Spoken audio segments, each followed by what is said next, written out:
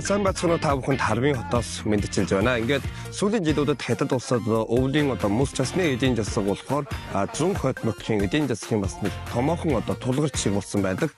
За жишээлбэл бидний өнөөдрийн байгаа Хармын хотоор авч жишээлх юм бол за саяхан болж өнгөрсөн 2025 оны хаврын баярын амралт буюу 1-р сарын 28-наас 2-р сарын 4-ний өдөр хүртэлх эмнэлэг бонхоо хугацааны дотор Хармын хот давгдсан тоогоор 12 сая гаруй жуулчныг хүлээн авч энэ болохоор өнгөрсөн оны муу инхсэн бол 20.4% өсөн нэмэгдсэн үзүүлэлт.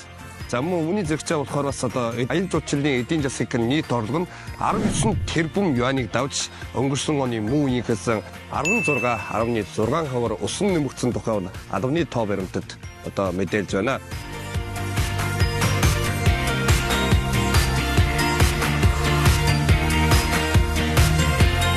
За онцгойлон бол хэд улсын засгийн газраас бол 240 цагийн дотор визгүй зорчих дамжин өнгөрөх бодлогыг хэрэгжүүлснээс хойш халуун бус нутаг халуун орны хүмүүс бол Хармын хот тэргүүлээ зүүн хойд нутгууд умард нутгуудаар ирж час бусны спортоор хичээлж бас аялах юм сонирхол маш их нэмэгдсэн. Их олон гадаадын жуулчид бол ирж байгаа юм аа.